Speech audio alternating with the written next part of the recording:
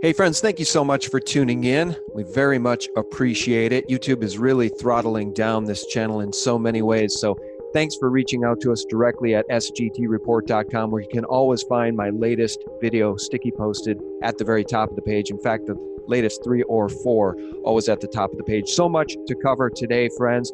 And first of all, I want to let you know that this video is brought to you in part by our friends at Patriot Flashlight. This Survivor Tactical Flashlight is solar powered and it lights up the darkness with 500 lumens that can be seen miles away. There's a life-saving emergency strobe along with 4 more unique lighting modes, and the Patriot Flashlight even has a USB port which allows you to charge your cell phone anywhere. Your Patriot Tactical Flashlight is also equipped with a compass, wire and rope cutter, and an emergency glass-breaking hammer. It's the perfect gift for you and your family. There is a limited supply of these tactical flashlights available right now, so get yours at a discount before they sell out. Use promo code SGT20 for 20% off. And purchase the best flashlight on the market at patriotflashlight.com. I'll leave the link below this video. And now, guys, without further ado, we have on Ken Schortgen. He is the author of The Israel Deception, and his must-read website is shotguneconomics.com. Ken, welcome. Thanks, Sean. It's always a pleasure to be here, and good to talk to you because we are in some interesting times. Yes, we certainly are, my friend, and we have so much to cover, not the least of which is that Trump has been totally exonerated and is now calling for an investigation into the illegal takedown that failed. We know what that is. That's the Russiagate fable concocted by Hillary Clinton, Barack Obama, the entire left and their willing cohorts in the Mockingbird mainstream media. And now even Don Lemon is struggling to make sense of it all, because what will CNN talk about now, Ken? Listen to this exchange between Abby Phillips and Don Lemon on CNN after special counsel reveals that he did not find any Trump campaign conspiracy or coordination with Russia in the 2016 election. Exactly as we've been saying. Listen to this exchange. It's hilarious. Leading up to this moment, the president was saying that everybody involved in this investigation was conflicted. And even now, Don, President Trump is hinting that the next step could be turning the tables on the other side, what he calls the other side, which may be a reference to Hillary Clinton.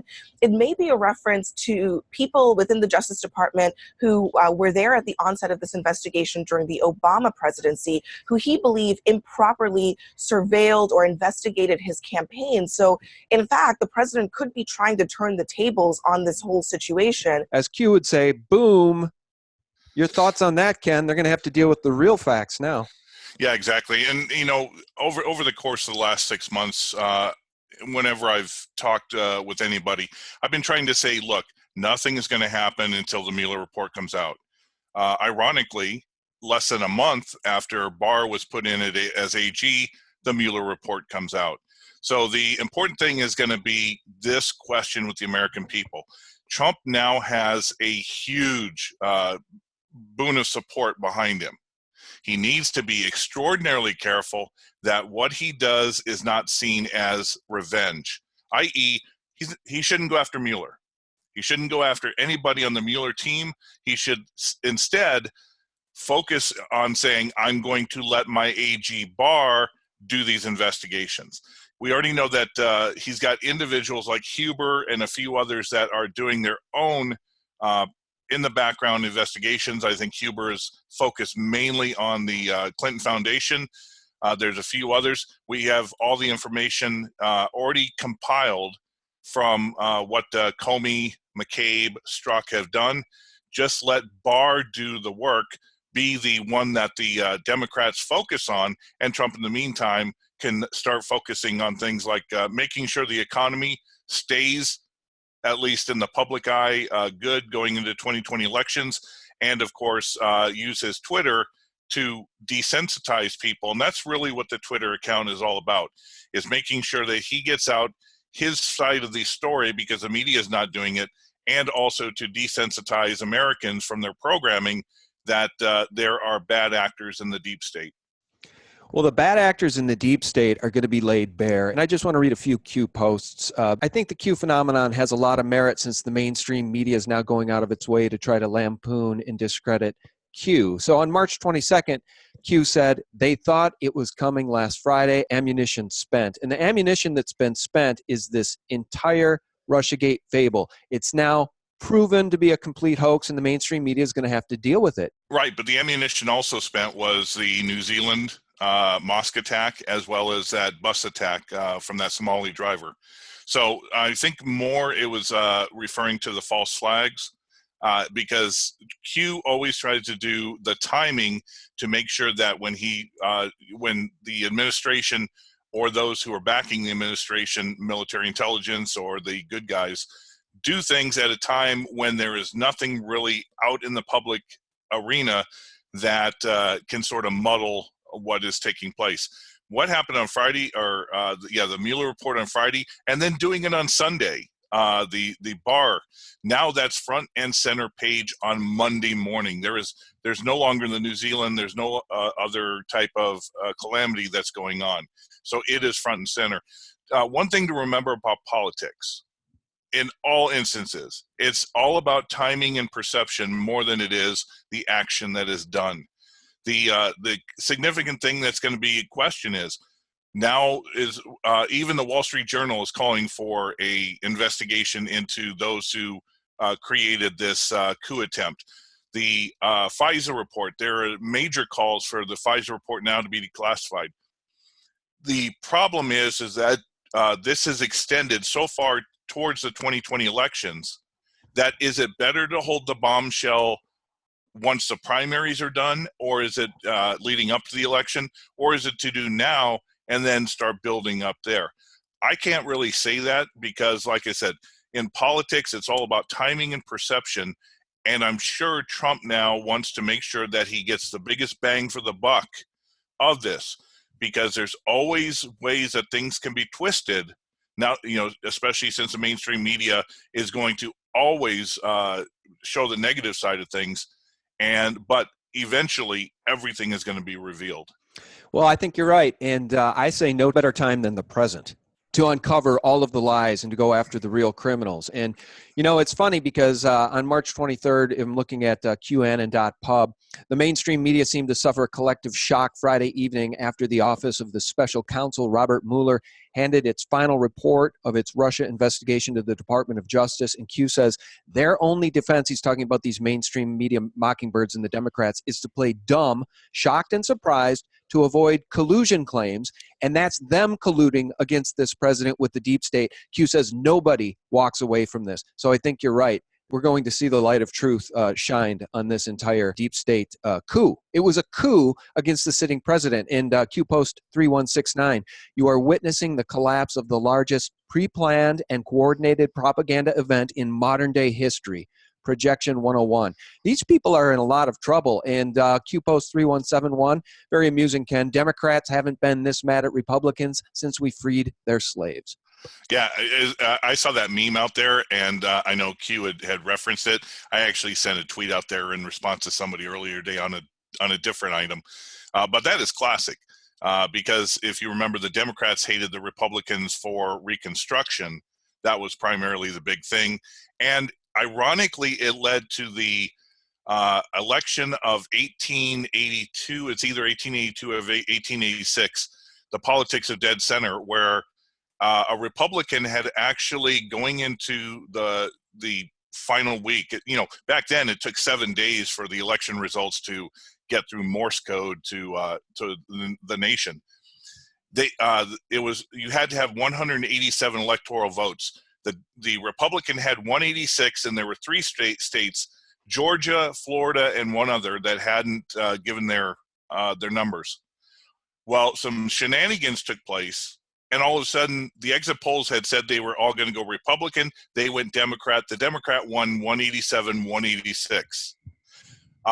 This went to a discussion in the House of Representatives, and the Democrat who had won through fraud said he would back down and allow the Republican to win if they ended Reconstruction. So that's what that all about. So that's where that reference and tie goes to. But significantly, well, I think one of the important things to do, what we're waiting for is the IG report. I think nothing's going to happen. The FISA is not going to be classed until the IG report. Let that come out and saturate the public. Then I think he's going to go after the people that everybody hates. He's going to go after Clapper and Brennan. Those are going to be the first two. Once you get them and you start seeing and laying out the evil and corruption in the coup, then you can start adding in the rest of the people. You know what? You hit the nail on the head. That is a brilliant insight. Clapper and Brennan first, and then Clinton, Obama, and the rest. Because Clinton and Obama and the rest of these clowns could not have gotten away with this without Brennan and Clapper and the CIA being in bed on this whole thing. This whole thing was literally a deep state coup. I always like to remind people, Hillary Clinton, the witch that she was when she was at the State Department, set up the 7th floor shadow government. That's what she called it. Her own shadow government, which this president dismantled. All right, we're going to round out this part of the conversation with QPost 3173, and Anon wrote, all of us have been antsy for the hammer to drop, boy, me included, guys, but we will remember this time before we knew the next big scene. This is historic. And Q responds, the calm before the storm? What happens when a blockade threat is dismantled and removed? You'll find out. Children used as shields, manufactured crimes of perjury. Fire at will, Commander. Q. I'm so excited, Ken, to hopefully see this president now assign his own special prosecutor to look into what he promised he'd look into during the campaign. Remember that? When he told Hillary, I'll be looking into your stuff. Yeah, and then he said, because you'd be in jail. And maybe he'll actually finally be able to deliver on that promise. I'll tell you what. More than half the country would be very eager to see him fulfill that promise, Ken. I think far more than half the country. The hardest part, and here's something else you got to realize too. Look, we are in a populist frequency all across the world. This is the same frequency that led, if you remember, the French Revolution was only about 10 to 15 years after the American Revolution. This is one of those times when what we're seeing in France, what we're seeing with Brexit in Britain, what we're seeing in Italy, if we really, because America is so divided, if we start doing this and start bringing about what will be a constitutional crisis because of how many public officials are tied to this, the thing you've got to be a fear of is that our foreign adversaries and enemies will use that time to strike against us. I think that's primarily why Trump is so much for building up the military, because he's going to need a buffer. Not necessarily Russia's not going to do any attacks, but what is going to happen is Europe's going to crater, and that's where Russia's already gaining ground into Europe. Nord Stream 2, plus Italy is now signed on with the Silk Road.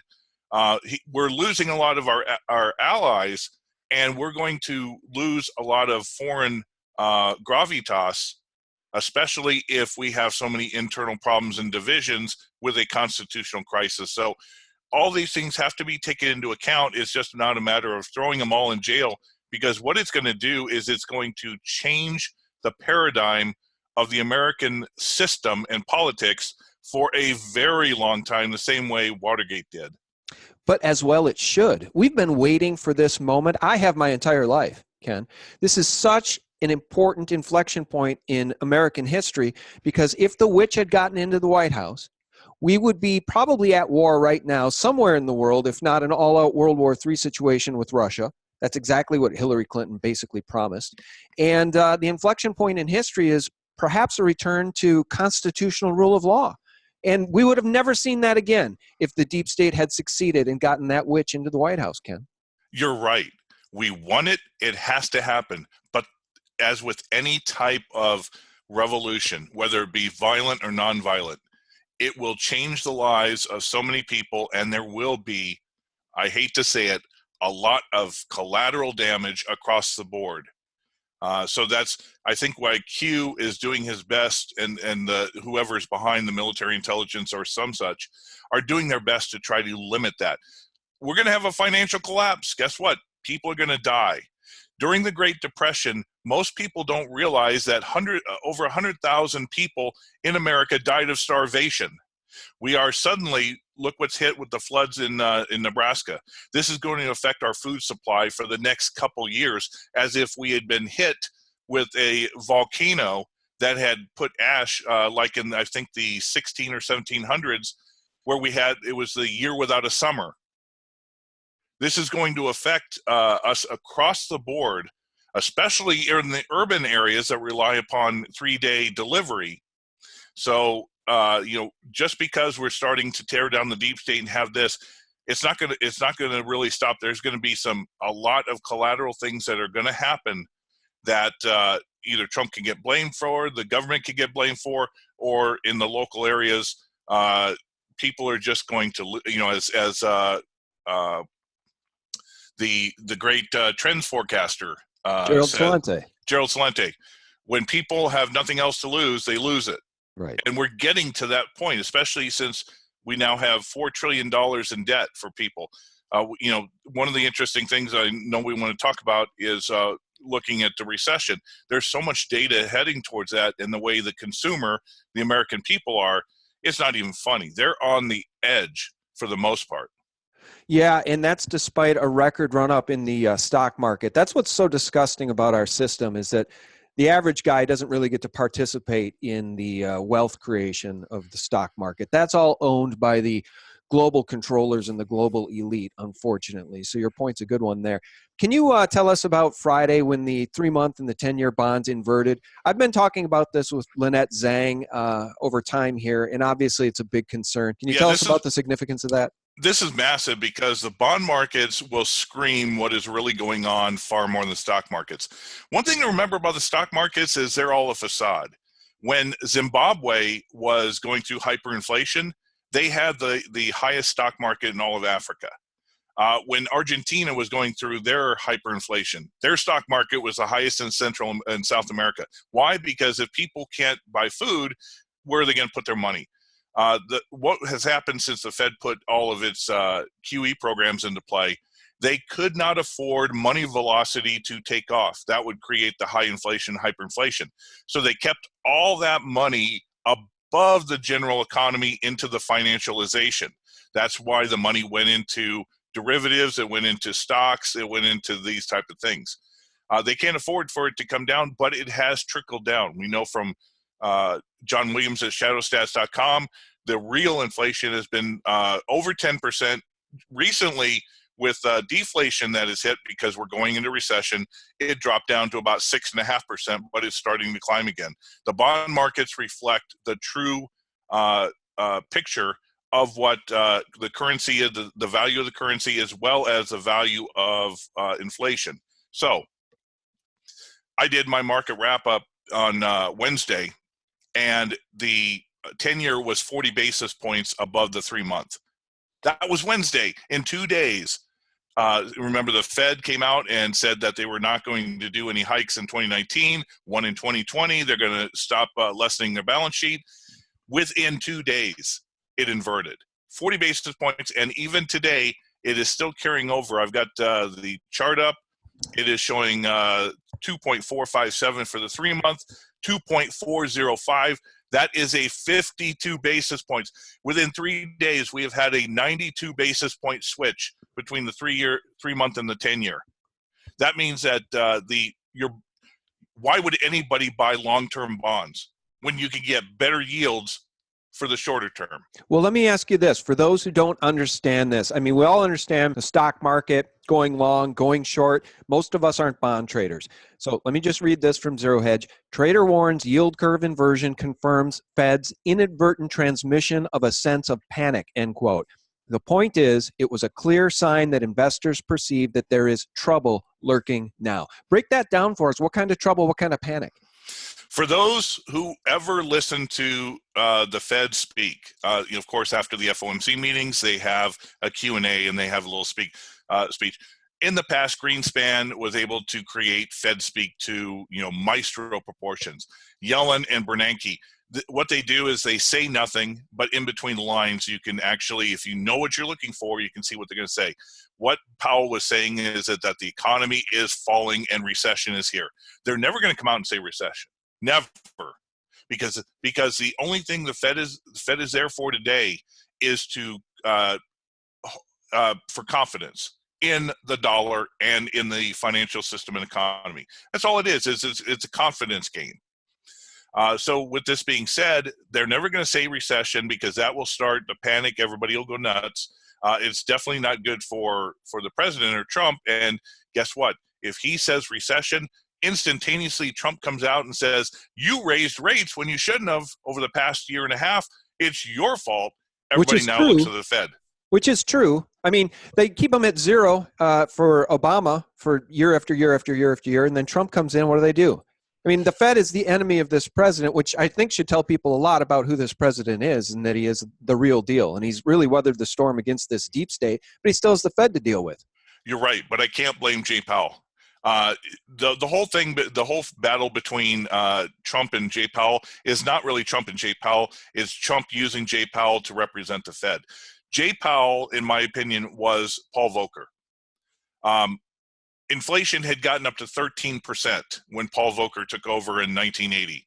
He had to raise interest rates to stop all the toxic waste and debt that was in there. So Gotcha. No, that makes sense. And then we had the greatest boom, real economic boom, not the stock market boom, but the greatest economic boom from 81 or 82 to 87. This is what Jay Powell's doing. He knew he was going by John Williams' 10% inflation. You have to raise rates. You think we were perhaps staring hyperinflation in the mouth? Not quite. Remember what I said. Money velocity was at virtually zero. So hyperinflation was not in the game. But what it meant is that the real cost of borrowing money, because foreign countries had already seen what was happening. They weren't buying our bonds. The Fed is monetizing everything. Nobody's buying our bonds. So the Fed is simply printing and monetizing all the debt. Eventually, that's going to create this, a bubble, the everything bubble, which is already done, and we're starting to see it now crack and decline. Taking a look at what Powell has had to do, he knew that people were getting into subprime auto loans, subprime mortgages. The home prices were getting too high for people to do, and as I said, there's the invisible hand of the markets. This is why what happened to the bond markets went again and started moving on its own. So with that being said, we had the yield curve invert shortly after the Fed said it was going to stop doing interest rates. So this is one thing that happens is the Fed cannot control everything. At a certain point, the invisible hand of the financial system will take control, and it is starting to do it. Do you still think it's smart for people listening to buy some gold and buy some silver? I just had a conversation recently with a guest, Lewis from Small Gold. He thinks silver's been demonetized, and he made the case to buy gold and pretty much only gold. Well, I'm not going to, obviously I can't give any investing advice, but frankly, gold or silver, it doesn't matter. I about 6-9 months ago, I took all my gold when the gold-silver ratio was up there at 85, and I swapped it for silver. And when the ratio goes down, I'll swap it back for gold. It's not going to matter. Precious metals is precious metals, precious metals. Frankly, if you think about it, they're more apt to nationalize gold than they would silver, even though they did up to a point back in 1933. With that being said, the gold and central banks are now going to try to accumulate gold because of Basel III, what we talked about last month. What it's going to do is, I don't think it's really going to be part of the monetization system, but what is going to come about is that intrinsic assets of any type are going to be king when this credit system fails. And what you were talking about, forcing all of this debt onto people, we're in a credit system. A credit system by its nature requires more credit and more credit and more credit to be created to keep up with the flow. The reason we haven't seen hyperinflation is because 70% of all our dollars are overseas. What happens when all those are sent back? And they're going to be sent back if the banks do follow Basel III and start getting rid of their dollar reserves for gold reserves. Going to have to do something with those treasuries. They're coming back. The Fed's got to monetize them, and all of a sudden now the dollar, fewer and fewer people are going to need dollars or accept it. What's the big shift that's going on with OPEC? We keep putting sanctions on Iran, Saudi Arabia. We want to do a lawsuit for 9/11. they're just turning and going to Russia. They're not even going to sell oil in dollars. And what we're doing against Venezuela, if nobody's going to buy oil in dollars, they don't need dollars, and they're all going to come back. So this is where the isolation is going to take place. And once all that money comes in, now all of a sudden becomes the real test. What's the government going to do when nobody's going to accept our currency? We don't have, aren't able to manufacture our own goods to provide for the people. So then it's going to implode the system. All right, well, let's round out this conversation then with the talk about Basel III. Guys, for those who don't know, I'll just read this to you from Investopedia. Basel III is a set of international banking regulations developed by the bank for international settlements in order to promote stability in the international financial system. The purpose of Basel III is to reduce the ability of banks to damage the economy by taking on excess risk. They continued to push this thing out and out and out, and I think just now, at the end of this month, I think finally Basel III is supposed to be implemented. Do I have that right? And does Deutsche Bank survive it? That's a great question. Deutsche Bank will probably survive because it's not only the central bank of Germany, it's also their biggest bank. Germany will find a way to do it. They were able to repatriate their gold over time. Maybe they were in preparation for this. The ECB is going to go, since they're not doing any quantitative tightening, Draghi is gone by the end of the year. They're going to go ahead and do a massive amount of QE. That's if, and that this is what we're seeing, that's if the EU survives and the euro currency survives. What's going on with Brexit, what's going on with Italy, we could potentially see the euro be scuttled as a currency, and the different Northern European Nordic countries decide that they're going to ditch the South, Greece, Spain, Italy, and create their own Nordic currency, and then go ahead and sort of cut the continental union in half. So there's a number of things that could potentially come. It's all going to matter of the crisis. The crisis will determine the outcome. Does Theresa May survive? Oh, that's a great question. It hasn't been talked about much, but there was a coup in her cabinet, a revolt. There were the Sunday Times over in the UK said that there was senior ministers agreeing that May should resign, warning that she and her judgment have really destroyed any chance of a good Brexit deal. We also have a lot of talk about the Tories, who are part of her political party, completely breaking away with her and maybe going with Labour to do a customs union deal with the EU. So they would be an ancillary state like Hungary or Czechoslovakia. Not the Czech Republic. I always pull back the ancient name for them. But they would not be a part like Germany is, but they would be part of the trade union. There, of course, Italy, now they're signing on with the Silk Road. A lot of things are happening, and this is a lot of why Trump has to be the focus on taking care of foreign and domestic things, and let the AG take care of the investigations. Yeah, because there's just too much going on in the world right now. Yeah, well, and hopefully Barr will do that. Do you have confidence that Barr will do that? Because, early on we were all very concerned of the chummy relationship between Bush Sr. and Barr. It seemed like he was also a deep state player. Then I believe there was some confidences that Q tried to share with us that this guy actually is going to play the role of a white hat and fulfill his role to seek justice and carry out justice. Your thoughts on that? Do you think that's actually going to happen? Barr reminds me of Kavanaugh. If you remember, Kavanaugh was in the administration of George Bush Jr. There are those, I'm thinking of Dr. Janda. He worked with the Reagan administration, and he tried to work in with the Obama and Bush regarding health issues. There are good people out there. Yeah, Paul Craig Roberts. Yeah, Paul Craig Roberts. There are good people out there, and they are more patriot. And also, here's something you got to remember about Barr Kavanaugh. They may not have been brought into that deep state stuff that the Bushes were doing. Right. I mean, Clinton was, because Clinton was tied to MENA and the CIA cocaine trafficking. Yep. Right. The thing about Barr is Barr is a patriot who may or may not, he may have thought some things were going on, but really didn't get involved. When I did some research on Barr, he is a stickler, especially when he was doing his confirmation hearings, and he just tore apart those Democratic clowns who were trying to, throw wicked questions at him. No, I think Barr really, even though he's a friend of Mueller,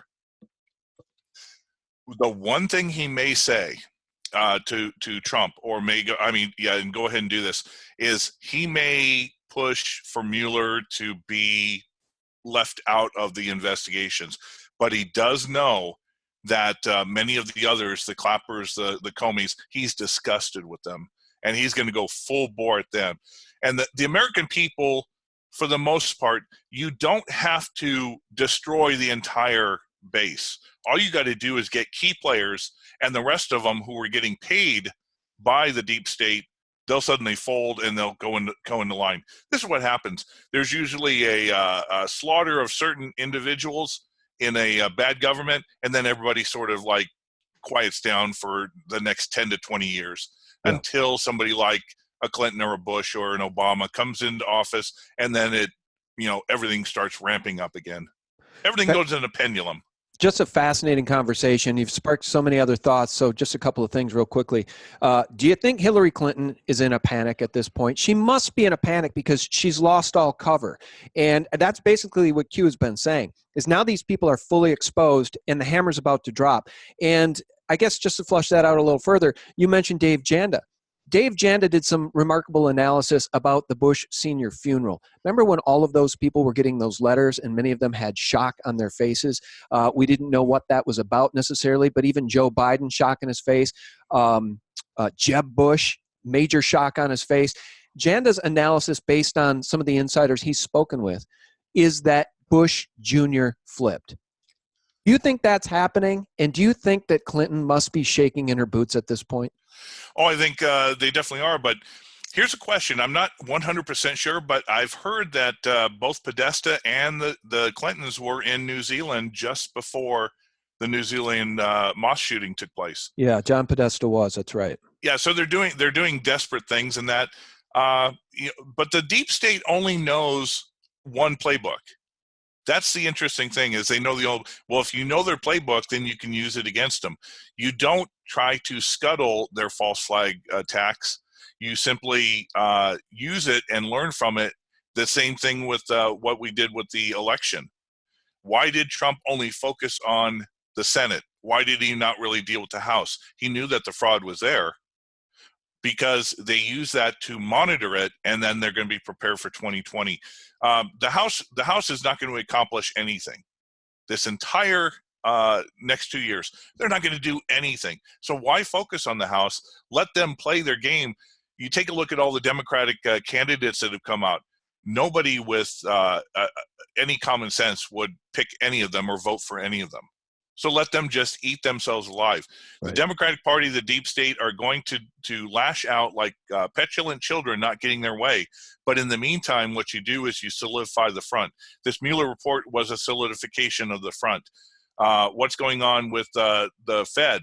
For the first time in a long time, Jay Powell and the Fed are getting vilified and crucified rather than Trump for the economy.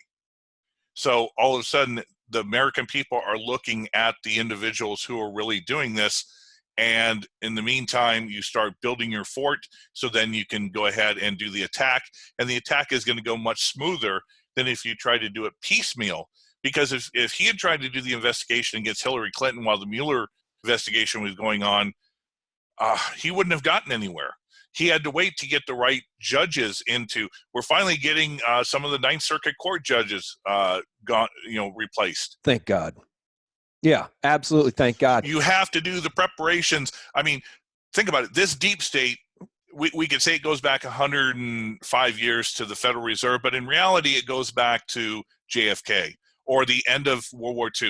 1946, the Department of Defense Act, where we changed the Department of War to the Department of Defense, the creation of CIA, all of these different intelligence agencies leading all the way through. So really it goes back to just after World War II.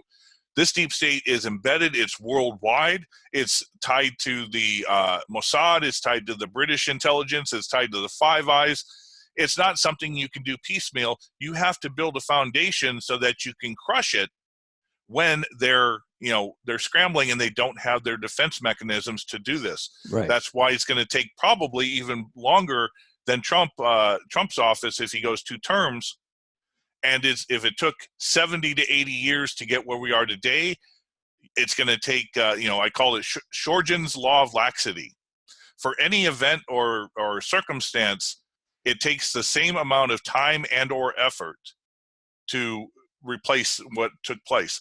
So either the effort has to be greater to limit the time, or the time has to be the same with the amount of effort that the deep state did. So I'm saying we're going to take probably the next 20 years.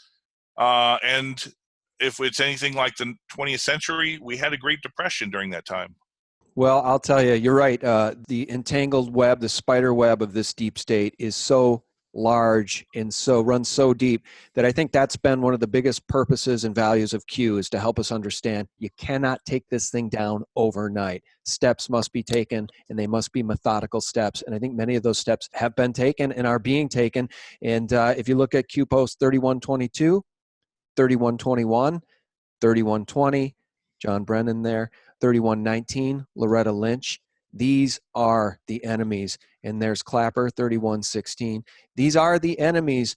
Who is the real intended target, guys? Panic in D.C., 3115, Q says. Panic in D.C. The real panic comes in the form of a last resort.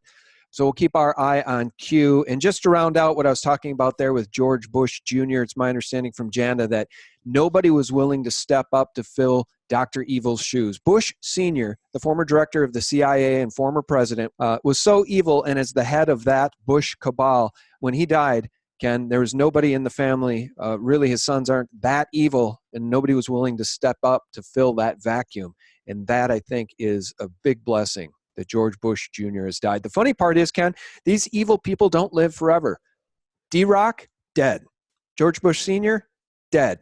We just need George Soros to have an earlier demise. That's right. Or have him arrested for crimes of sedition and treason. He is a dual citizen. He's a citizen in the United States. I'm not sure why he can't be arrested and tried for his crimes. On a side note, one of the more interesting things, what I was talking about is if you can get the top kahunas, then usually those underlings who have been working for the deep state sort of like quiet down. Think about Jamie Dimon of JP Morgan. When Trump first got in there, he was a huge villain of Trump. Now all of a sudden, whenever somebody asks him about Trump, he says, you know what, Trump's doing things good for the economy. He's working well, his trade deal. All of a sudden, Jamie Dimon is a big advocate for Trump. Because, if you think about it, he took down some of the funders and some of the controllers who were able to backstop Jamie Dimon. Now all of a sudden he's left hanging on his own. We know Lloyd Blankfein, just before 1MD, the Indonesian fraud campaign, he suddenly resigned. So we're seeing them either resign, we're seeing them pass away. We're seeing a lot of those that no longer have the support of the deep state. They don't have Clapper and they don't have Brennan there to provide for them. Now all of a sudden they're on their own. They're, as they say in the CIA, out in the cold, and they're trying to come back, and they're willing to now work with, be the Lindsey Graham on the financial side, and work with to save their own butts. That's exactly what I was just going to say. We've seen the same flip from Lindsey Graham. And John McCain, who's now also dead, is still not spoken about kindly by this president, because this president is the real McCoy in that he does point the finger at the people he doesn't like and the people who are wrongdoers or evil or traitors or seditious, like John McCain. And in that case, he won't let the man rest in peace. And I think it's great, because John McCain is propped up by the mainstream media. His biggest supporter was Lynn Forrester de Rothschild, and he was not a good guy. Something else on a side note we need to look for, depending upon when the judge does it, when the Jeffrey Epstein files are unsealed, another earth-shattering thing is going to take place. The amount of individuals in Hollywood, in politics, in banking, in finance, or whatever, who are tied. I mean, even Alan Dershowitz is begging the judge not to unseal that. There are so many people that are tied to Jeffrey Epstein. I think that Jeffrey Epstein, and once that comes out about child trafficking, pedophilia, the whole 9 years, and everybody who's involved, that alone could be what ends the division and brings the American people together. Because just like in prison, child molesters, the moment that they're in there, they're killed by everybody, no matter what gang affiliation you're at. It's the same thing here in the U.S. Democrat or Republican, you mess with a child, you're in trouble. Damn straight. That's a great way to round this out. Q post 3136. This is from an anon. Post 3136. Chandler equals child handler. These people are sick. To which Q responds, if the records become unsealed, much will be revealed. Watch the news for Rachel Chandler. Q. Guys, as I've long said, it was Breitbart who got it right in 2011 by calling John Podesta a world-class underage sex slave op cover-upper defending unspeakable dregs. Breitbart was so far ahead of his time. Tony Podesta, John Podesta, Hillary Clinton, Loretta Lynch, Adam Schiff. These are horrible, evil people. And I think people will be shocked to learn that Breitbart was right. Ken, thanks so much for your time, man. I always enjoy our conversations. Gripping, deep stuff. Really appreciate it. Shout out your website for folks, will you? Yeah, it's shotguneconomics.com, and any of the books I have, you can check those out. The links to them are on the website. And then, of course, there's the service that Dr. Jim Willey, London Paul, V, and I put together to fight against the demonetization and the control and shadow banning of the YouTubes and the Twitters and Facebooks of the world. That's over at the Gadfly.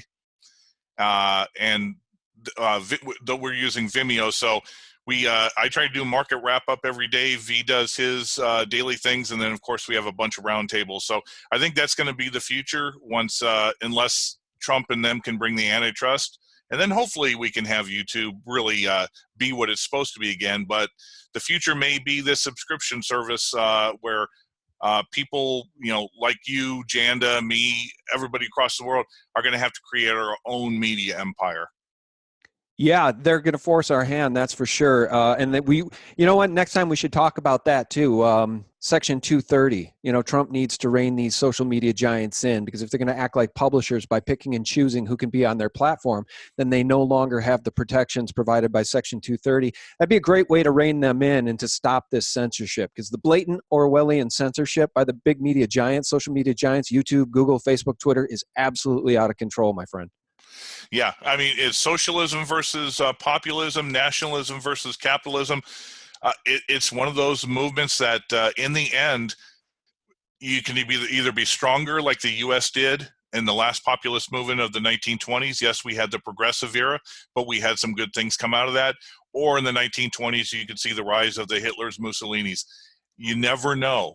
You never know. It all depends on how strong the people are in their beliefs. And I think, thankfully, we've got a leader, one, who's not going to be overthrown now, and two, he's going to tear or pull the American people by their bootstraps and say, "Come with me back to the way it's supposed to be, making America great again." Amen. Back into the light. Truth outs. So we're going to be keeping our eye on all of this very closely, guys. So thank you so much for tuning in to this broadcast with Ken Schortgen. Very much appreciate your time, Ken. Absolutely. Thanks again, Sean. Thanks, brother. And guys, thank you so much for tuning in. Very much. We appreciate your support. A shout out to my patrons. You're keeping me in the game, even though the social media giants and YouTube is changing the rules in the middle of the game, trying to starve us out. So God bless you all. Thank you for your support. And for real news 24/7, visit us at sgtreport.com. Have a great week, guys. Bye-bye.